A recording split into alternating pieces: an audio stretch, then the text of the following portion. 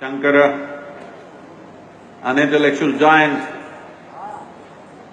a genius of linguistics, above all, a spiritual light, pride of India, a seamless sense of wisdom, knowledge,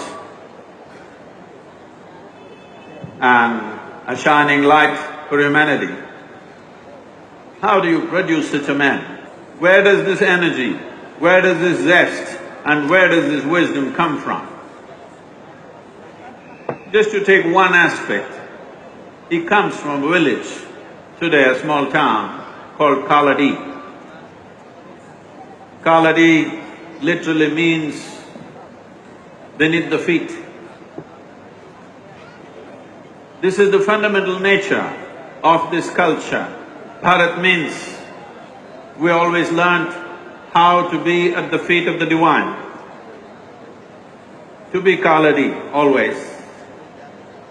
Not a culture of pumped up pomp, but a culture of natural piety that not by being at the head, but being at the feet, we learnt. By being at the feet, we evolved. By being at the feet, we blossomed. By being at the feet, we became shining lights to the rest of the world for a long time. It's once again time that we bring back this culture, we bring back this piety, we bring back this sense of humility, which has paid enormous dividend for this culture, that we learned how to bow down. Doesn't matter, it is a god or a man or a woman or a child or an animal or a tree or a rock, we learn to bow down to everything. This has been our strength, this has been our way, this has been the process and the method of our evolution and realization.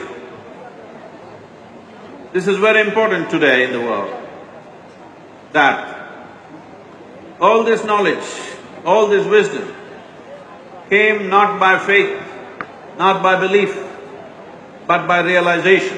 Right from the time of Adi Yogi, many yogis, many mystics, many sages, many saints have said this, but it is the absolute clarity of intellect and the zest and the energy to be able to bring it to a whole nation, which makes Shankara stand out.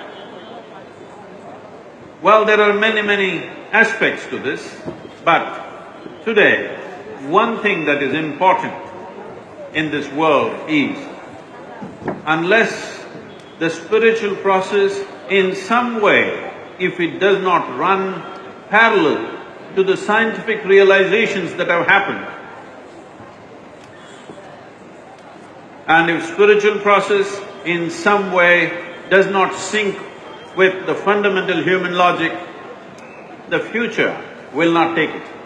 In this sense, Shankara's message is significant. This is the future. It is time the spiritual wisdom comes down from the mountains into the cities, into the towns, into the villages, above all, into the hearts and minds of people. Because this is going to be the greatest treasure, this is going to be the future of this nation, and because of… if we do this one thing, the entire world will seek guidance from this nation.